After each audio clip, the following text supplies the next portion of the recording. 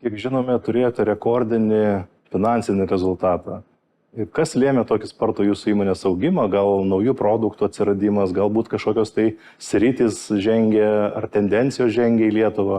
Turiu pasidžiaugti, kad turim puikią kvalifikuotų specialistų subalansuotą komandą tiek pardavimų skyriui, tiek techniniam skyriui ir tas tikrai duoda impulsą ir pasitikėjimą rinką. Na ir taip pat nemažai gaunam rekomendacijų paskutiniu metu. Tai irgi yra svarbu. Na ir galų gale kompleksinius sprendimus diegiam jau ne pirmi metai, bet praeitais metais buvo tikrai didelis proveržis tiek mažesniuose, tiek ir stambesniuose objektuose, plus turim keletą nišinių sistemų, pavyzdžiui, kaip pasikalbėjimo sistema, kuri puikiai tinka mažinės prekybos centram arba gamybos sektoriui ir kur alternatyvų nėra tiek daug.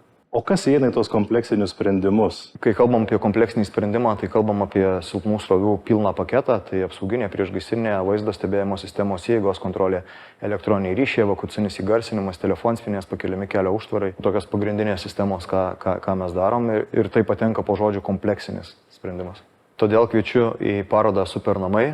Kviečiu užsukti į Stepcam stendą, kur gausite nemokamą profesionalią konsultaciją apie apsaugos ir vaizdo stebėjimo sprendimus jūsų verslui arba jūsų namam. O jeigu mūsų siūloma tema nedomina, tai ten yra būtent parodoje Supernamai daug puikių specialistų ir tikrai galima pasikonsultuoti, ką beje pernai padariau ir aš.